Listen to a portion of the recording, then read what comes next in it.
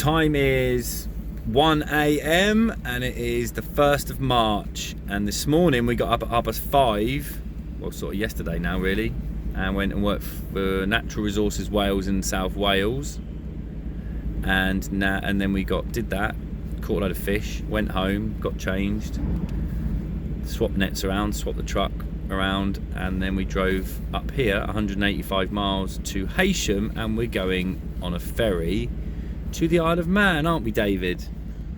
I'm going on a ferry there, I don't know if I'm coming.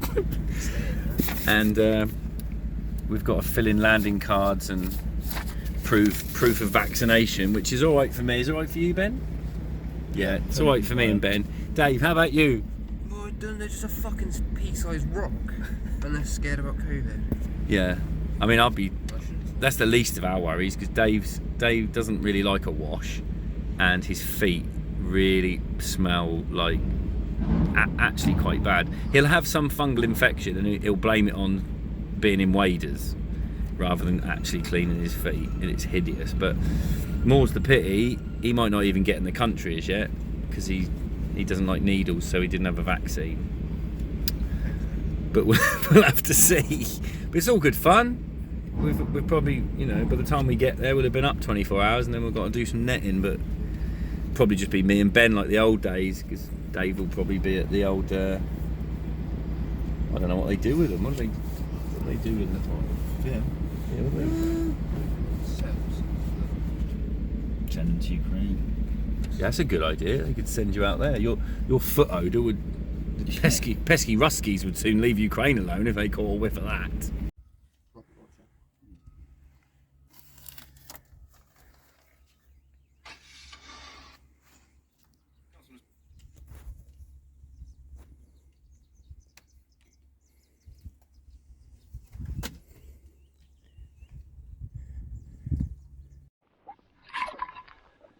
So we've shot a couple of nets already.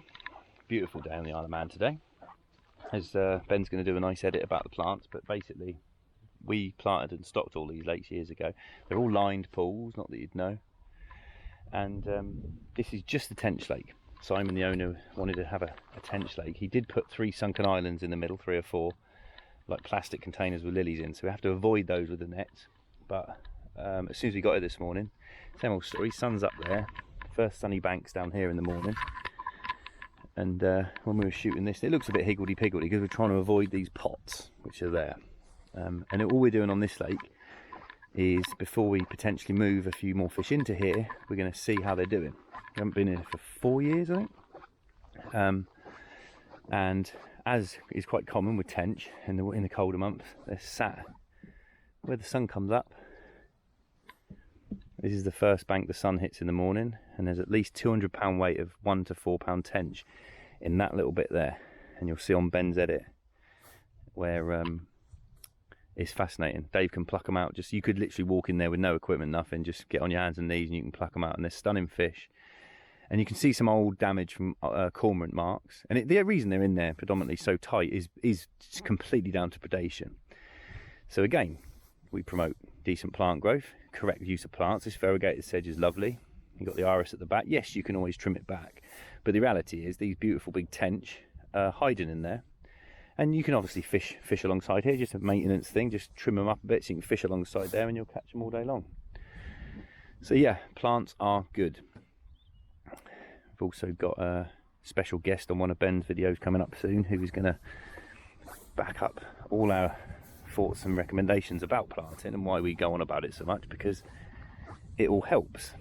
Like I say, these are lined ponds, and I'm very proud of it because Simon just sort of let us help in the development, and it's all been very exciting. So we'll show you some fish and you'll see why we still enjoy it.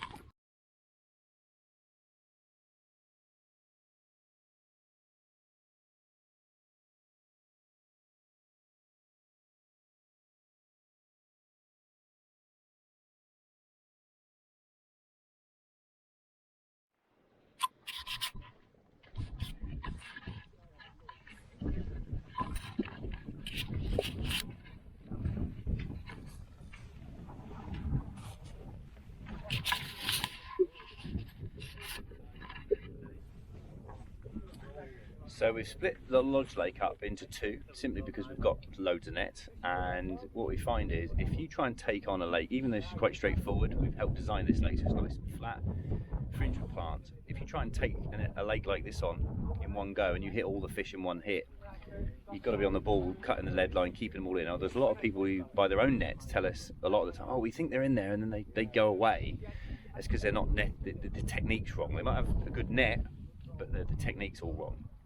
So wherever you can, you need more net. Even on small lakes, you can't beat having more kit than you need.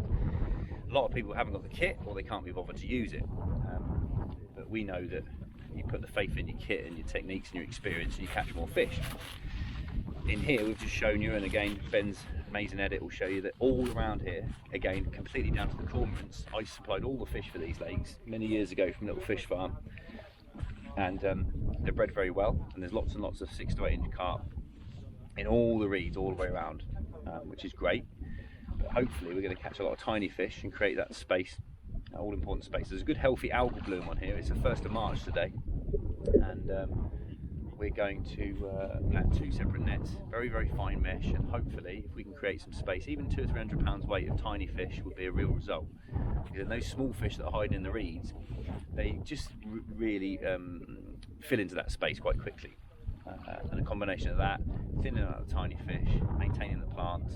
As I said, it's a healthy algal bloom on here. A lot of people struggle and they look at algae and go, oh no, it's really bad. In here, this is very healthy because the plants are soaking up all that nitrogen and phosphorus. So plants, you can't beat it.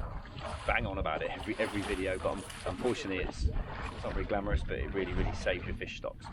So the boys are dragging this down here now.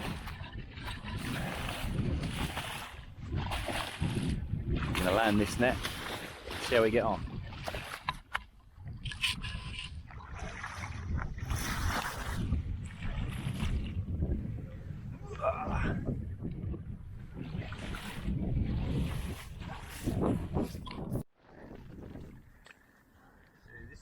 Big carp lake, and as you can see, full of tiny fish. Another good reason to use very fine mesh. Take as many of these out as we can. You're not going to get them all, obviously.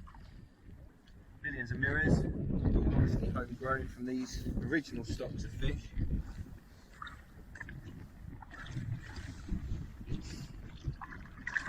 Immaculate fish, really good condition. How many tinies there are. So this, when we sent the drone up yesterday, this was the most coloured of the lakes. You can see why with the amount of tiny fish. You see how many there are.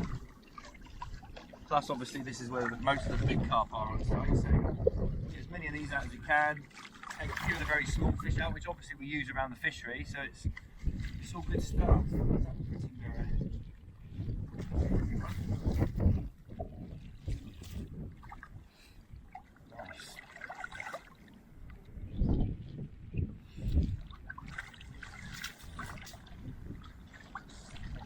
Nice fish in there. They'll grow more having taken some of these out.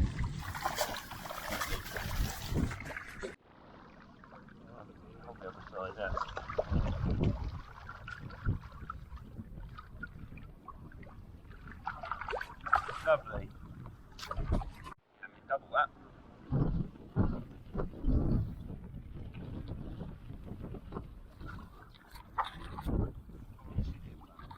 Fish! Nice and in here. Shot there.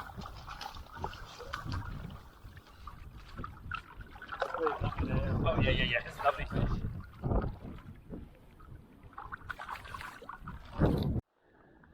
As you can see, we split this into two.